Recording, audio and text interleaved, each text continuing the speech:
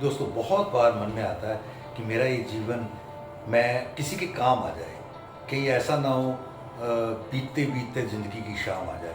तो हम ऐसा क्यों ना करें कि हमारा जीवन वाकई ही जीते जी किसी के परोपकार में काम आए, और ना रहने पर तो उससे भी बड़ा काम कर सकते हैं। क्योंकि बहुत सारे देशों ने इस रिसर्च को देख कर के बताया है कि अगर एक शरीर एक्सीडेंटल डेथ में, ब्रेन स्टेम डेथ में जाता है, तो कम से कम 52 ऐसे हिस्से हैं, अंग हैं, जो दूसरों के साथ शेयर किए जा सकते हैं, दूसरों के शरीर में धड़क सकते हैं, लग सकते हैं और उसको जीवन प्रदान कर सकते हैं। कितनी बड़ी बात है।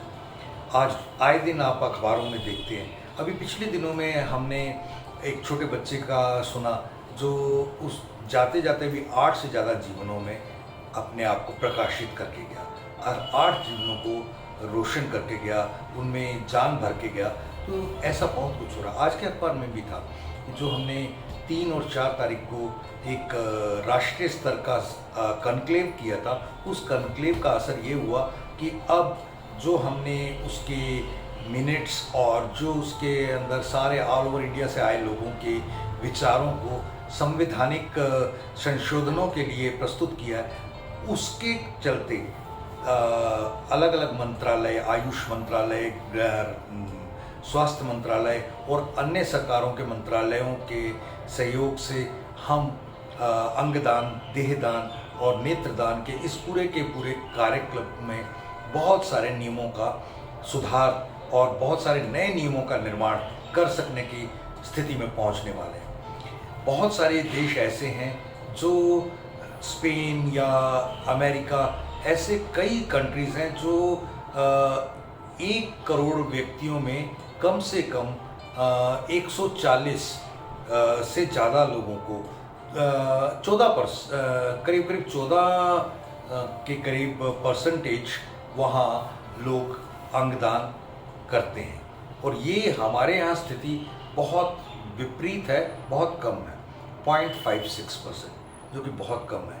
और अभी अगर केवल इसके लिए लोग प्रण ले लें कि नहीं, जितने रोड एक्सीडेंट्स पे लोग जा रहे हैं, और इसका डेटा अगर उठा के देखा जाए तो भारत में केवल रोड एक्सीडेंट्स के व्यक्ति अपने जीवन को देश के समर्पित कर दें, देश के अन्य लोगों के उनके अंग काम आ जाएं, तो ऐसा करते हुए शायद 1 महीना भी नहीं बीतेगा कि 1 साल भी नहीं बीतेगा कि हम विश्व में एक भी वेटिंग लिस्ट का जो पन्ना है फाड़ चुके होंगे।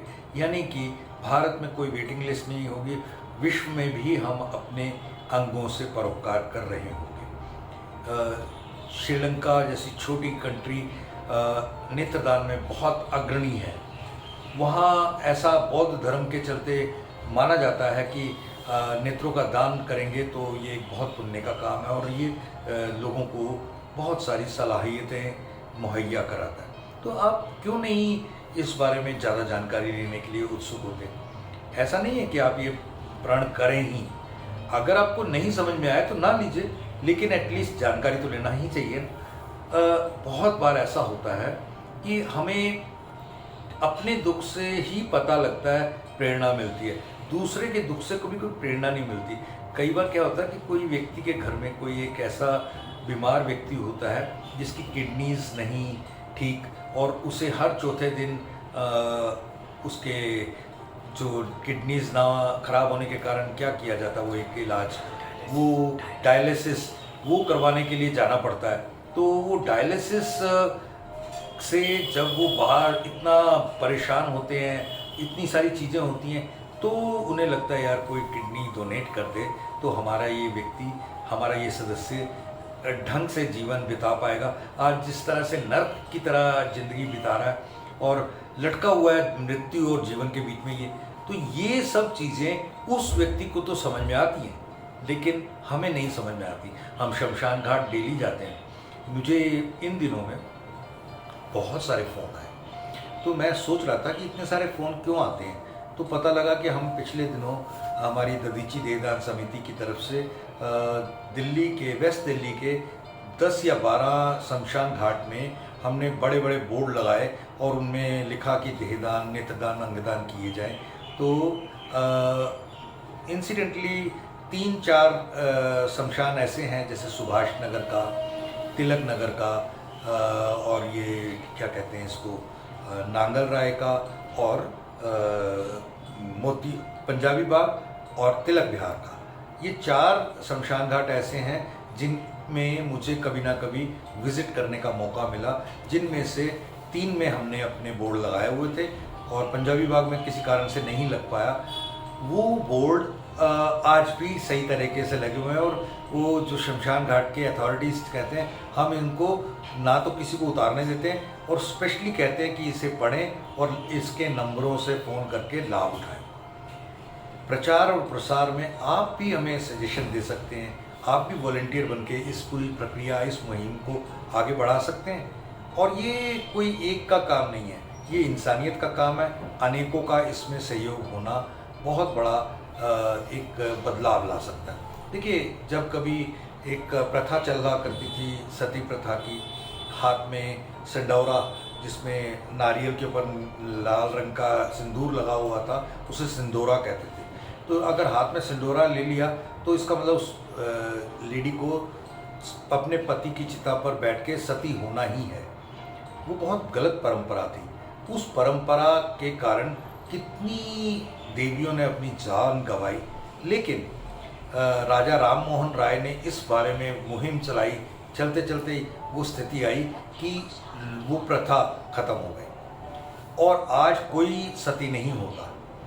ये क्या है कि आप ज्ञान होगा तो उसका प्रकाश होगा। आज अगर किसी को पता लगे कि किडनीज दान की जा सकती है, नैन दान किए जा सकते हैं, अंग दान किए जा सकते हैं और इसी तरह से पूरे का पूरा देह दान किया जा सकता है, तो कितना बड़ा बात है।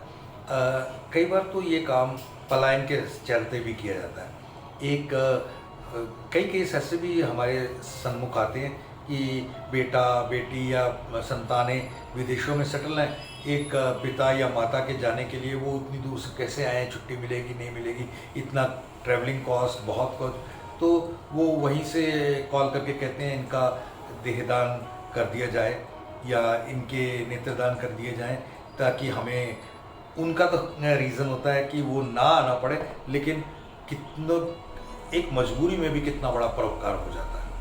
तो खैर, हम किसी की मजबूरी ना बने, बल्कि किसी की मजबूरी में मजबूती बने और देश के काम आए, ऐसा मेरा विचार है। एक छोटे से शेर के साथ मैं अपनी बात को समाप्त करता हूँ। मिट्टी को जब होना ही है मिट्टी, तो क्यों ना किसी के काम आए ये मिट्टी। जलाएंगे, दफनाएंगे, एहसास बॉडी कहाएंगे, मुफ्त मिली रब से, रब के बंदों के काम आए ये मिट्टी, रब के बंदों के काम आए ये मिट्टी। धन्यवाद।